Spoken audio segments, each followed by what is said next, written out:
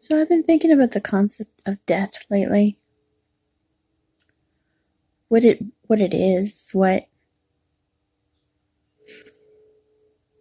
some of the popular ideas of when we die, where does our body, where does our soul go? I mean, we know where our body goes, but where does our soul go?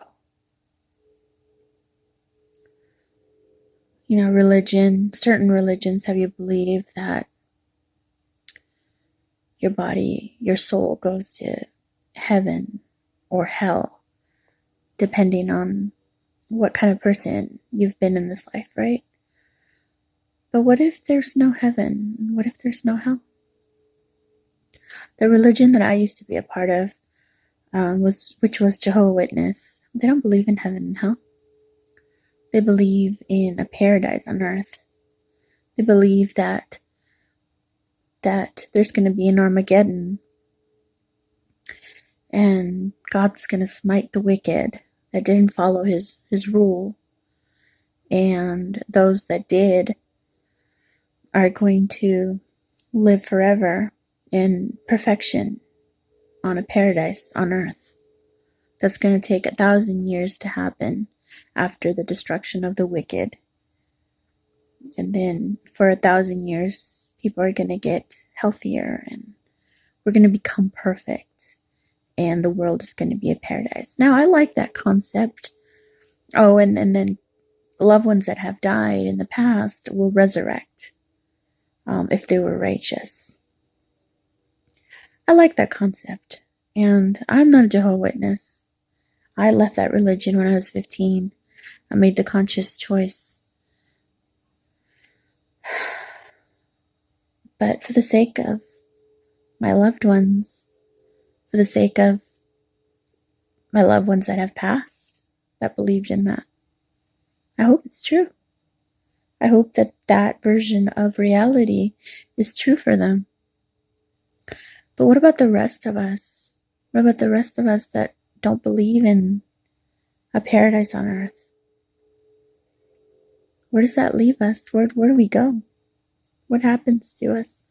What happens to what makes us us? Because it's very clear that when you die, you no longer inhabit your body.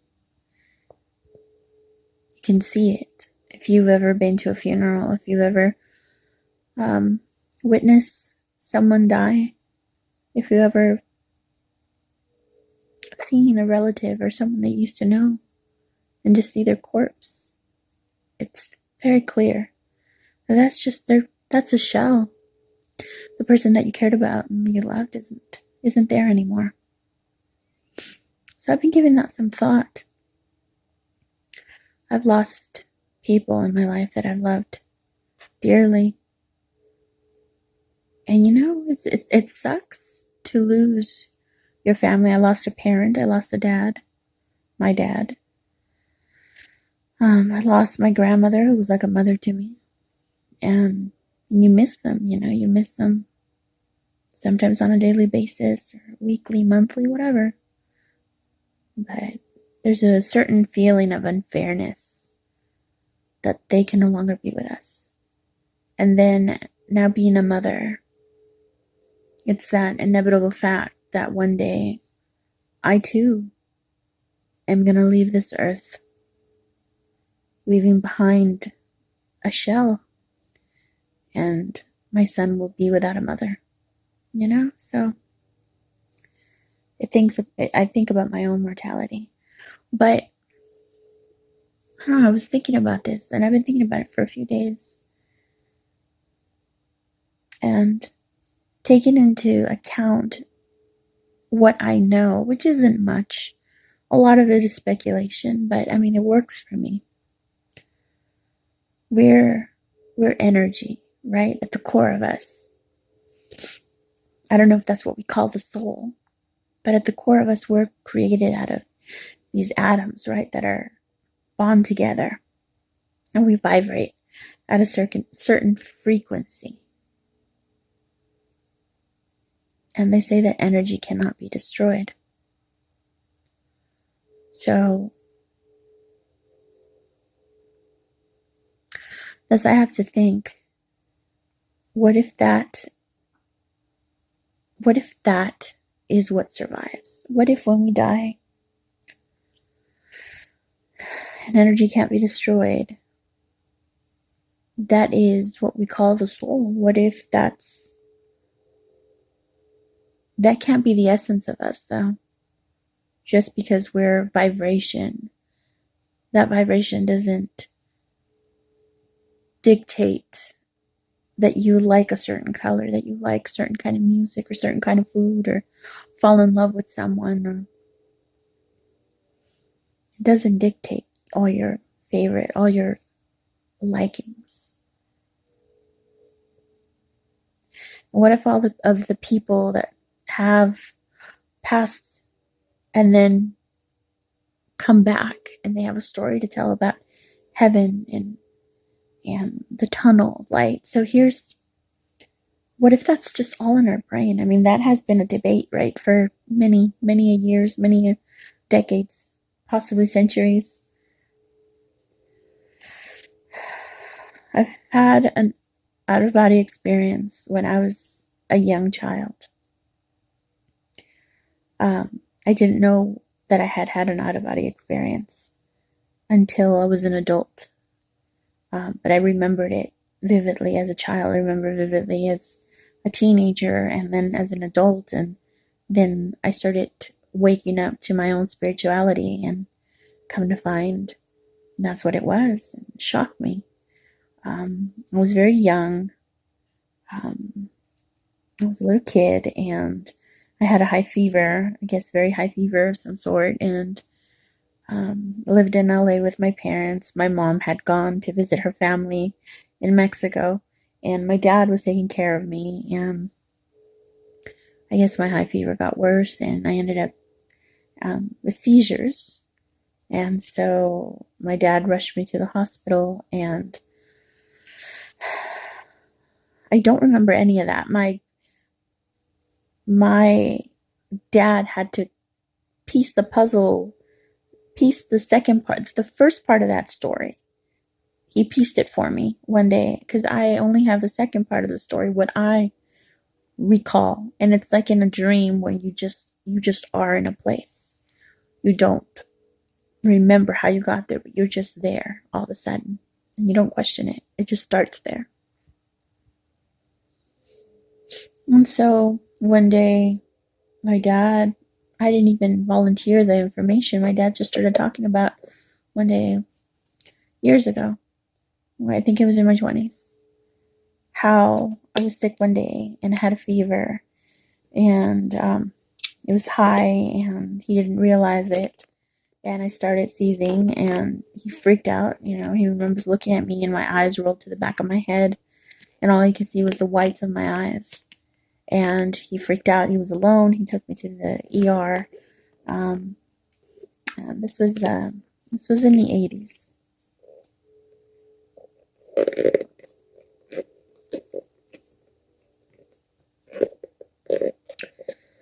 And so he said that when he got to the ER, the nurses quickly took me away from him, and he was made to wait in the waiting room, and they took me to the back.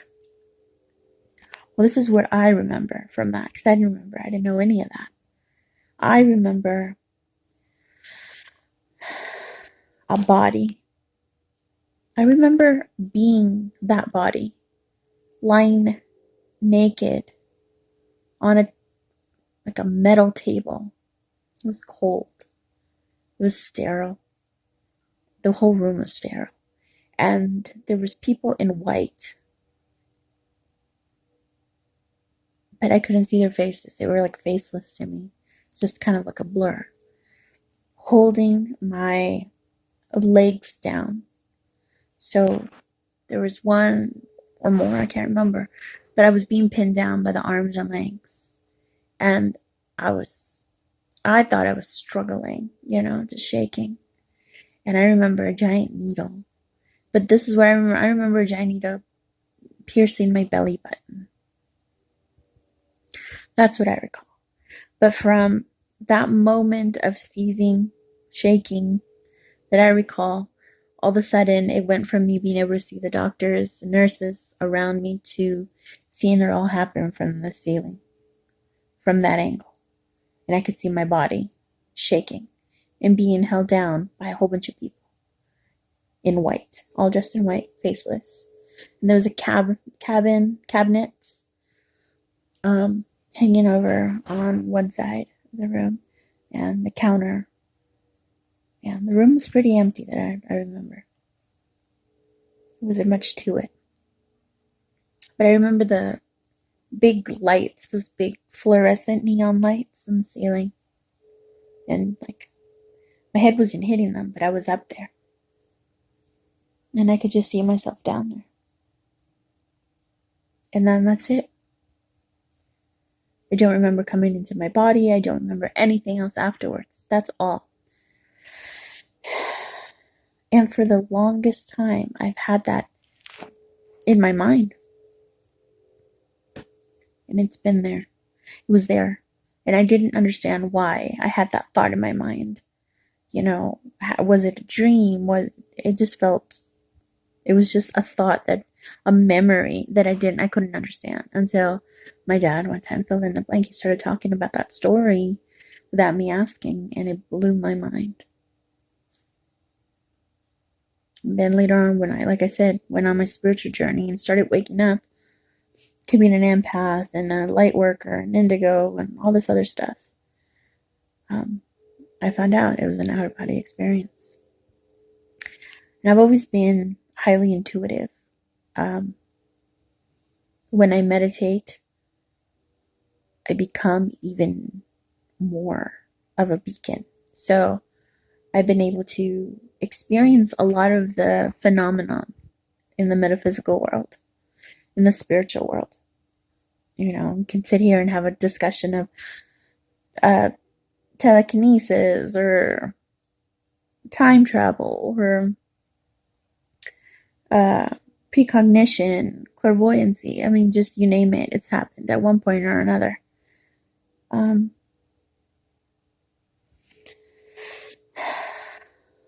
I don't know if I was born with it or if I came back with it when I re-entered my body. But then in the last few years, I also had an experience where I feel as though I almost passed. I was in the hospital and I was unfortunately having a miscarriage, and the doctors knew that I was allergic to a certain medication, pain medicine. So my doctor wasn't there at the time of my loss. Someone else was, and he was just a substitute. So he ordered the nurse to give me a derivative of that particular medicine because he knew that the original medicine I couldn't take. So the nurse came back and told me, hey, this is what the doctor has ordered. But the nurse was intuitive. She, I want to say, saved my life. She said, I'm not too comfortable with with the order the doctor has given me. He told me to give you 2 cc's of a certain medicine, just to try it out and see how you react to that. I don't know why I'm shaking. She said, I'm not going to do that. I'm only going to give you 1 cc. Tiny dosage. We'll see what happens. And so she put it through my IV, and she sat down, and I was there with a friend that was there with me. And within minutes, I told her I'm not feeling well. And as soon as I said that to her, she asked me a question, but I was kind of going into this blur phase. And I remember my heart started accelerating in my chest. I've never heard my heart beat like that before. And it started pounding, and I felt like it was hitting the wall of my skin. It was hitting so hard. And I don't know, I ended up, I guess, laying down. And then I was able to say something like, I can't breathe, because my airway started constricting. And it went from my friend and that nurse in the room. And all I can hear, I close my eyes,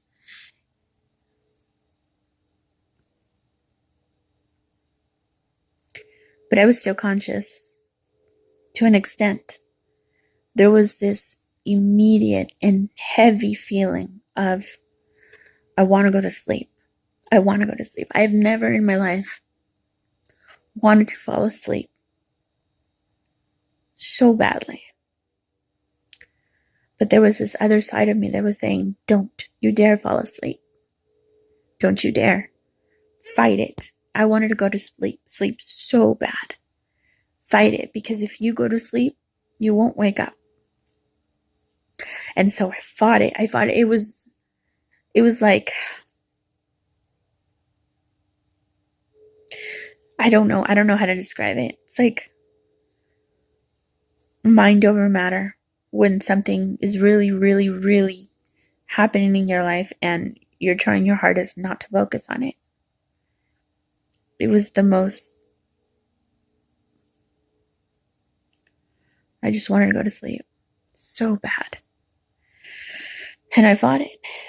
And, but in that struggle, I didn't see a tunnel, but I wish I could remember what movies do this. Okay, perfect example. It was just like this. It's like one of the X-Men movies. I think it might be the first one, where Professor Xavier has Cerebro on, and he's searching through all the people to look at the mutants. And you know how it's like cloudy, and you see a people in one spot, and then he moves to another place and he sees another group of people, and everything else around is just smoky and cloudy. It was like that. And everybody that had touched my life in the past 5 to 8 years in particular flashed before my eyes. Me and interactions with those people that I had had. And they were all positive. They were all beautiful. And it was one, and then another, and then another, and then another. And it's as if I was taking a look at my life. Like my life was flashing before my eyes. And then after I saw all of that happen, this this voice, but I can't put a voice to it because it was voiceless, but it was so clear. It was clear as day. It told me that nothing mattered in this human experience. Nothing mattered. No preference, no desire, no belief system, no judgment. Nothing mattered. The only thing that mattered in this life was happiness. And as soon as I heard that, I was back in my body. And all of a sudden, I was so groggy. My vision was blurry. But I opened my eyes. I was so tired. I felt like I had just run for days. Like just full force run for days. My body was limp. But I looked, and there was a room full of people. Some, I guess, code blue. Or code red. I don't know. A room full of people that had not been there when it all started. And they were all staring at me. And they were all just kind of like clenching. And I think they told me to breathe. And my heart was beating normal again. And I was out of it after that for hours. And it took me weeks to recover physically from that. But it left that emotional scar, if you will. And it made me question, like, who was that? Who spoke to me? My life flashed before my eyes. Was that just me? What if when we pass away, that is something that is retained in us, in our memory bank, the people, the experiences, and our mind is releasing that extra serotonin, to kind of ease us into the transition of where we're going. But that voice, that guidance, that message was so external, and it felt external. So then, what's out there waiting for us, I wonder?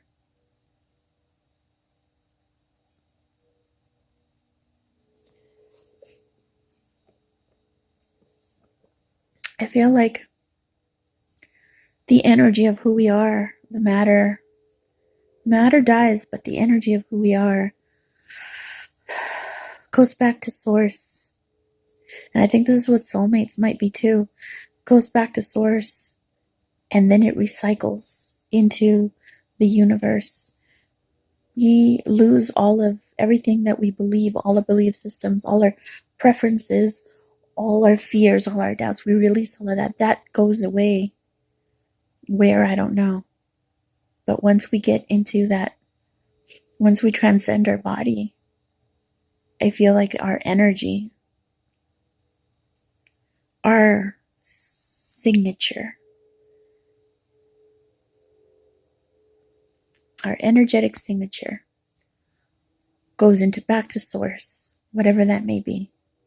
And from there, it becomes one with everything. And then when it recycles itself, it no longer is a matter. It's just one.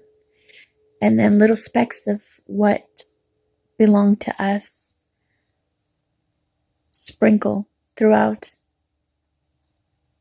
the universe, throughout our planet, throughout other newborns, throughout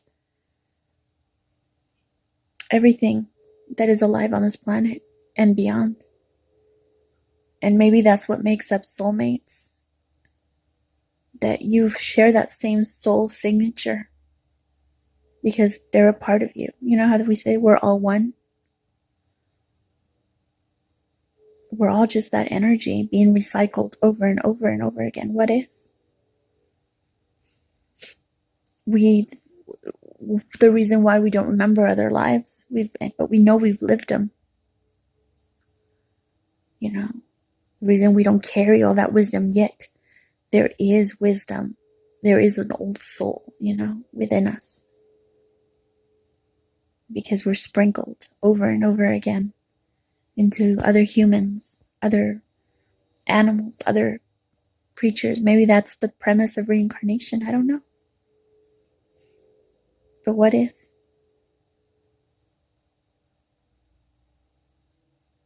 And that's one of the things that's been on my mind as of late.